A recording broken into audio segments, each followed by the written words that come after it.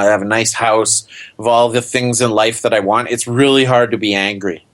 And so, I write about politics and religion because it actually sparks something in me still. And I also think it's an important topic.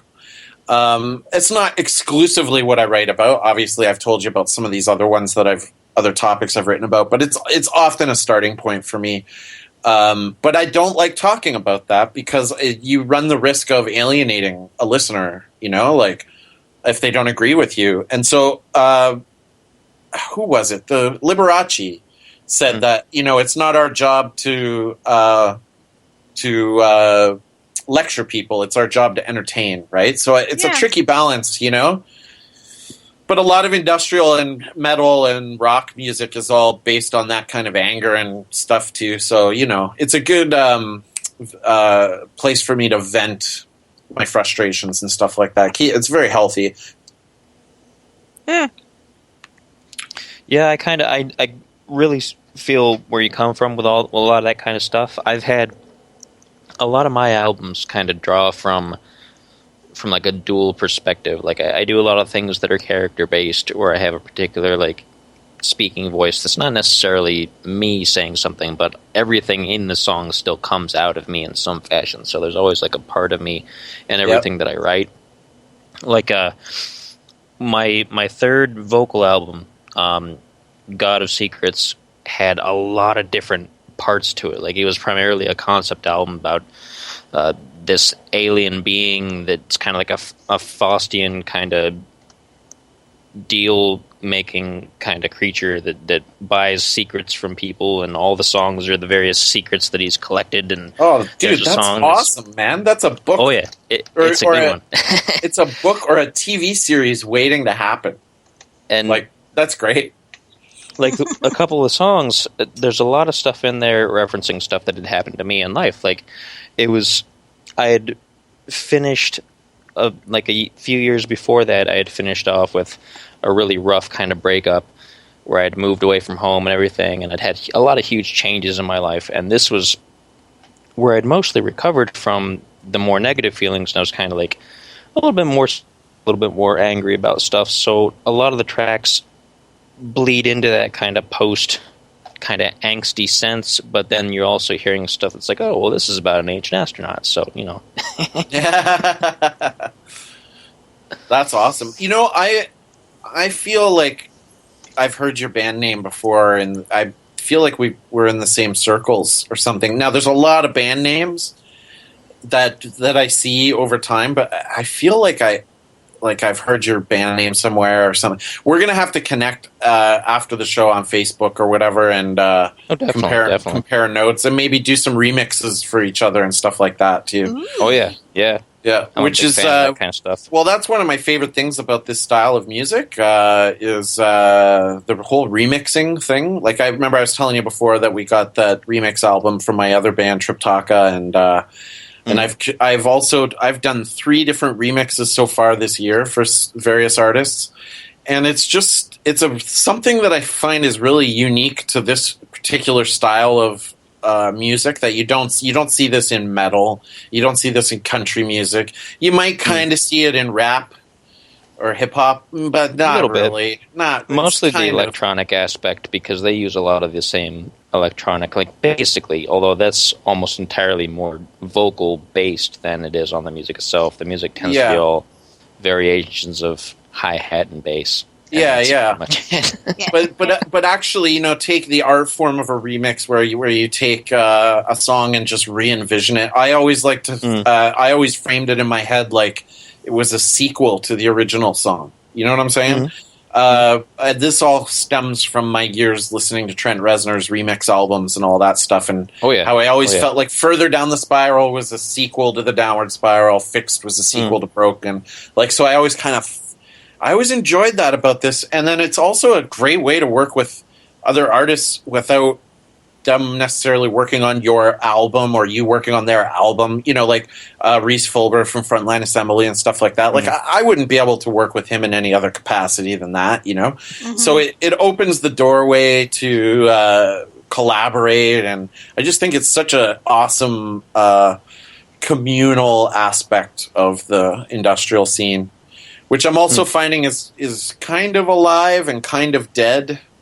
Yeah, it's kind of complicated. Like, there's so much old school industrial that's still kind of going strong, but then there's a lot of stuff that you really have to dig for that's really, really underground that can go either one of two ways. It can go really kind of over the top, kind of shock industrial kind of stuff, where it's just, trying to have as much shocking imagery as it possibly can, like the early days, and it's just kind of like, oh, well, I've heard that before. And then the other direction is to go and trying to merge it with whatever's popular at the time. And it's funny how people are so big into dubstep right now, because dubstep is like industrial pop music. Yeah, absolutely. It's got the glitchiness of industrial with the pop vocals and pop beats to it. Yeah. And it's just funny when it's the stuff that was underground before is in some capacity alive and well in popular culture still. Yeah. Yeah, it's very industrially. Lots of ear candy and glitchiness. It's funny. Yeah. I'm not a huge dubstep fan, but I like the beat. Like, I like that rhythm, that triplet rhythm and all that stuff. But I wouldn't listen to it necessarily. I don't know. It depends. It depends on who's doing it, because a lot of it uses kind of preset, the same kind of sounds recycled over and over. Yeah, no, for sure. So you got to kind of. I wouldn't say I'm a huge fan, but I have a couple things that I enjoy. What's really funny though is now that dubstep is this big thing that's out there, the new game, the new version of Doom that just came out. Yep. Has this really good, excellent industrial background soundtrack to it. It's just excellent for the game. Nice. And people don't remember industrial of the generation that's like right after ours, or they don't know so they're trying to describe it. Yeah. And like, my brother-in-law basically, he said that people on YouTube were calling it dub metal, and I'm like, oh, are you serious? Oh. It's not a new genre. Dub metal would be a thing. Like, I could see that, but that's not industrial. That would be. It's actually not. That's not a bad idea to actually. That would work. I mean, but it wouldn't be something unique. But it would. It's not what it is. And I'm just the problem. There's some inherent problems with industrial music too, which is that it's hard to define. Because the reason I'm so attracted to it as a musical style is because there's a lack of rules. There's a lack of definition. If I want to, I could have a guitar, electronic beat, a dubstep beat, a jungle beat, and then break into a saxophone solo, and then put a sample of a country song and a string section, and it would be industrial music. Like, that's, and again, that's what back in the day, when I was in high school or whatever, that's what attracted me to bands like Nine Inch Nails or whatever, because there were no rules. I mean, there's kind of rules. I mean, I'm not going to put a banjo in there, but that's one thing I like. I've been able to incorporate, world music sounds onto my album and different things that, you wouldn't be able to do that on a straight metal album or a straight rock album. So then in the industrial scene, you have all of these subgenres of industrial, right? Where there's EBM, which is very dance-based, and then there's the goth part, which is its own thing, and then there's the part with the vocals are like screaming, like demon sounds and stuff, and then you got like VNV Nation, which is very poppy, 80s sound to it, and the one problem I have is, I wouldn't say the majority, but like half the industrial music, I just don't like it. I find industrial can be the coolest music you've ever heard, or it can be the cheesiest, worst, most cheesy stuff you've ever heard, like bad Depeche Mode or something.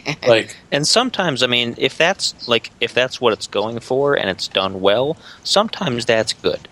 But a lot of the newest wave of industrial bands, they've heard industrial somewhere in their past and they're like, oh, I can do that, and they just make this generic kind of like cut and paste, just abomination out of it. It's got the sound, but that's all it has. It has nothing else. It has no feeling. It's just like, hey, look at us. We've got the clothes. We've got the sound, and we're playing an industrial club tonight. Come see us. And that's it. It's like, no, they're not into the music. They don't have any real stake in it. They're just like, hey, we're cool. We're playing industrial music. Yeah. And then you have people like country singer Shooter Jennings, who makes industrial albums with his father. That's awesome. Good for him. Which is a really interesting album. You should hear it sometime. I will totally check that out. Shooter and Waylon Jennings. It's awesome. Miss Spider is in their chat room. She goes, dub banjo. Yeah, dub banjo. I saw that. You laughed right as I read it too. Yeah, that's funny. Yeah, I laughed. Ding, ding, ding, ding, ding, ding. Oh, wow, wow, wow. There you go.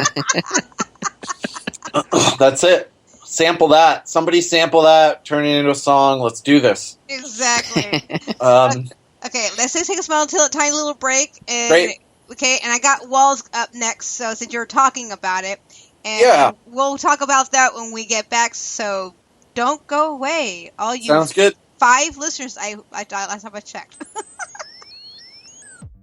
Woohoo! Let's Talk About the Music is starting. What is Let's Talk About the Music, and why are you so excited about it? It's a podcast with controversial talk and a global mix of music. Oh, cool. How and where can I listen? Just go to letstalkaboutthemusic.com and click follow to be sure to get all the info about the bands that are playing and see their music videos. Then click on Spreaker or iTunes to listen live and even chat with other listeners and the host herself. What day and time is Let's Talk About the Music on? Every Wednesday night from 8 p.m. to midnight Pacific Standard Time. I think I'll tune in. Thanks for the info. Spider, guess what? What? We're having a fundraiser. A fundraiser?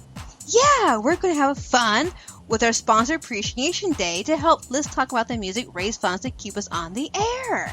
Oh, that's right. You and I will go over sponsorship levels, Music Boost, Patreon, on-location packages, and the best part, we are going to introduce all the sponsors that we have right now. Our Sponsor Appreciation Day will be on July 20th, 2016 from 8 p.m. to 12 a.m. Pacific Standard Time. And we'll also play a few of our music video picks, too. Don't miss it. Let's talk about the music.com. .com.